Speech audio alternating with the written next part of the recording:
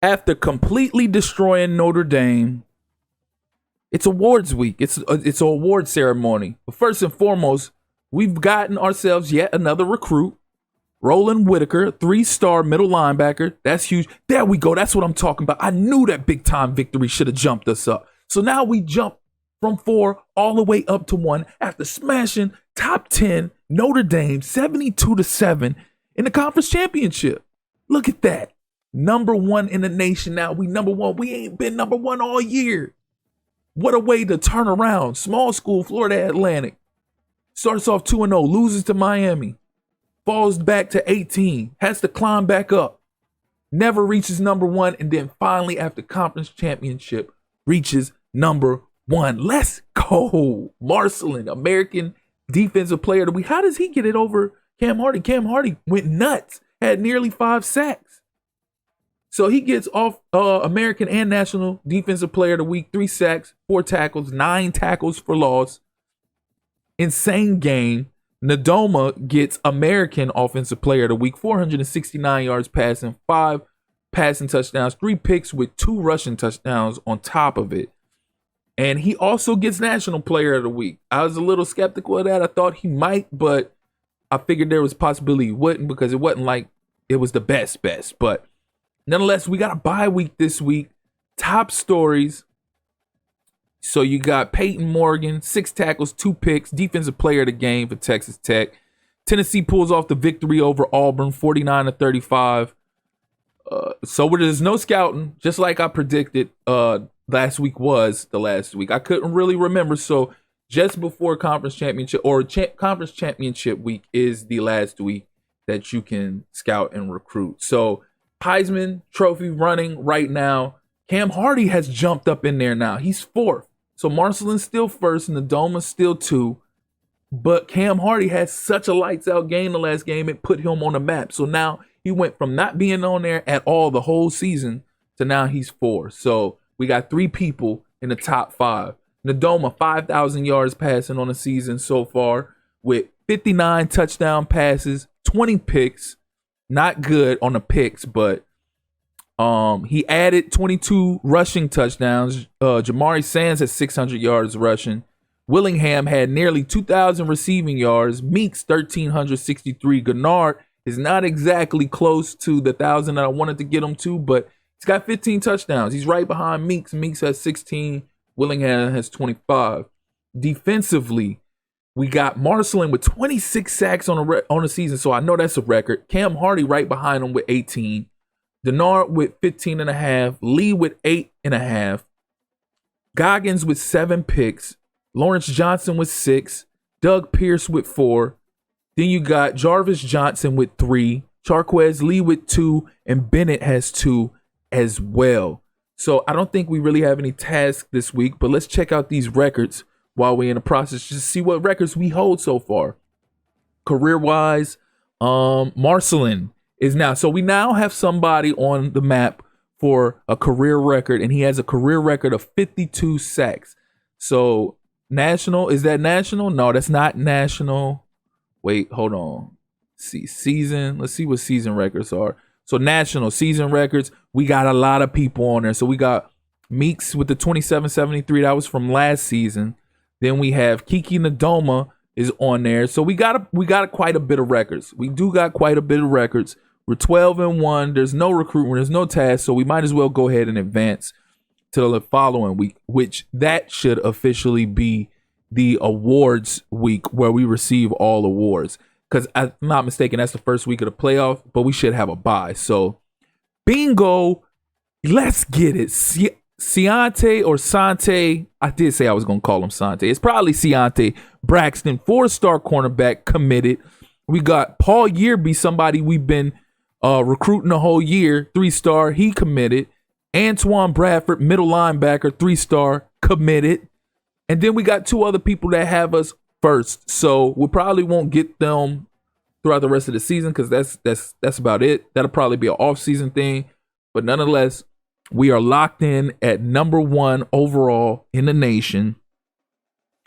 And we done locked it. We done pulled in 3 more recruits. So we shouldn't be too far off from what I said I wanted to do, which is the 15 to 17-ish maybe 20 recruits, but nonetheless. So here's the awards. 2027 Player of the Year award winner, Gavin Marcelin, 26 sacks, 34 tackles, 47 tackles for loss. Had a monstrous year. A monstrous. He's been on a bubble, left in, Heisman. Okay, so he won the Heisman. Marcelin won the Heisman, and Nadoma came up short yet another year. Yet another year. Nadoma puts up crazy numbers and just comes up short. So best defensive player, Marcelin. Yet again, this guy is a freak of nature. Pulled home 3 awards so far. Player of the Year, Heisman, Defensive Player of the Year. Then best defensive end, that's 4 awards. Marcelin is nuts. This is crazy. This is crazy. 4 awards for Marcelin. Duke Willingham, best receiver. So he gets best receiver. 39 catches, 1,900, 15 yards, 25 touchdowns. He's just going to add to those numbers with the playoffs as we speak. So he'll be over 2,000. Will he catch? Meeks, we'll see. But best quarterback, at least Kiki gets that. 5,006 yards passing, 59 touchdowns, 20 picks with 22 rushing touchdowns. They're not showing that. Doug Pierce, best defensive back, freshman phenom, 4 picks, 37 tackles, 2 tutties. He started the year lights out. He's kind of been quiet a little bit the last few games, but they also haven't been throwing his way. So let's see anybody else. Oh, we got Brian Cush. I told y'all, best returner in the nation, best special teams returner, Brian Cush. Now, this is false because he does have a couple touchdowns on a year, but the highlight plays is crazy. Best linebacker, Charquez Lee, 2 picks, 28 tackles, 1 deflection, and they're not showing his sacks. He had 8.5 sacks, so they shortchanging him on his accolades. And Marcelin, again, Lombardi Award winner. You see the stats. I read them all for you already before. 26 sacks, 34 tackles, 47 tackles for loss. Did we get every award possible? I'm just saying, that's what it looks like. It looks like we got every award you could possibly get. So job offers, what's it look like? So still no Boston College. So I said the only way I'd leave or think about leaving is if his alma mater, if Will Blackman's alma mater showed up and offered us the chance to come back and turn that organization around. And it's not up there. It's not up there. So we got head coach for Florida State, head coach for Georgia, coordinator for Oklahoma, coordinator for Texas. I'm uninterested. Not interested. I appreciate the offers, but I'm waiting for the right opportunity. Get a head coaching opportunity with Boston College, I might jump on it. So top stories, we got Arizona facing off against Auburn in the playoffs. We got to take a look at the playoff bracket. Then we got NC State versus Stanford. We have to take a look at that playoff bracket and see what that looks like. So y'all see what the top 25 is. We jumped all them people. We jumped Auburn, we jumped Tennessee. Well, Auburn came up short. They lost. So that put us in prime position to be able to move up to number 1. And like I said, it helps that we smashed Notre Dame the way we did, 72-7. So impact player, Brian Cush, that man, Brian Cush. Let's check out the CFP bracket. So here we are. We got Arizona facing off against Auburn, 12th seed versus 5th. NC State, 9th seed versus 8th. Stanford. Notre Dame still made it. Wow. So Notre Dame's 11th seed versus 6th seed Clemson. Pitt versus Washington. Then the 4 on a bye would be Oregon, who's the 4 seed. Us, that's the number 1 seed, Florida Atlantic. Texas Tech, that's the 3 seed. And Tennessee, that is the 2 seed. So, and I didn't mention that Pittsburgh is the 10th seed against Washington, who is the 7th. So that is your bracket right there.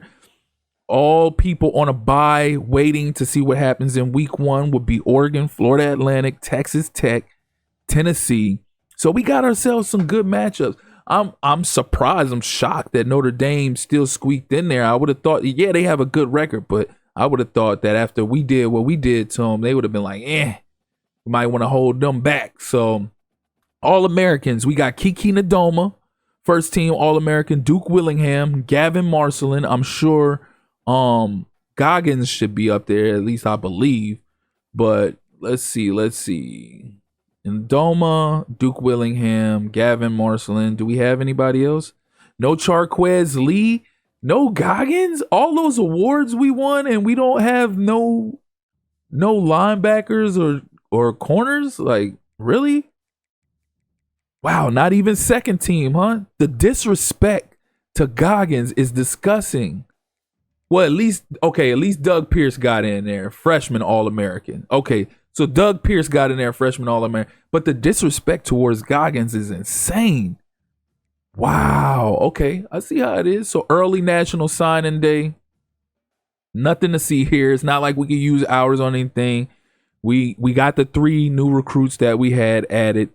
So 2, 3, 4, 5.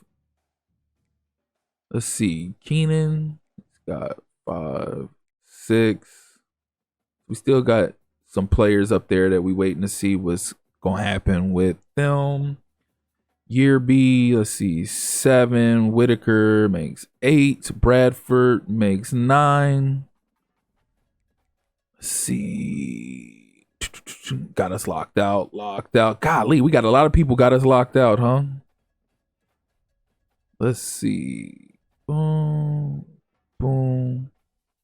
So 9. I only counted 9 commits. So we're not exactly right where we want to be, but we do have 9 commits. So really I only need about like 6 to 8 more recruits and I'll be satisfied. So, but I like the recruits that we got. So we're going to go ahead and cut this short. Next episode, we're going to dive into some second round action because that's when we'll get some game time action. But for the time being, if you here for the first time or you returning and you haven't liked or subscribed already, please do so. Click that notification tab so you can stay up to speed with not only this Florida Atlantic Dynasty rebuild, but other college football 25 content as well. Tips, tricks, tutorials, updates, you name it, we got it. So again, I appreciate you all for tuning in. That's been my time. Till next time.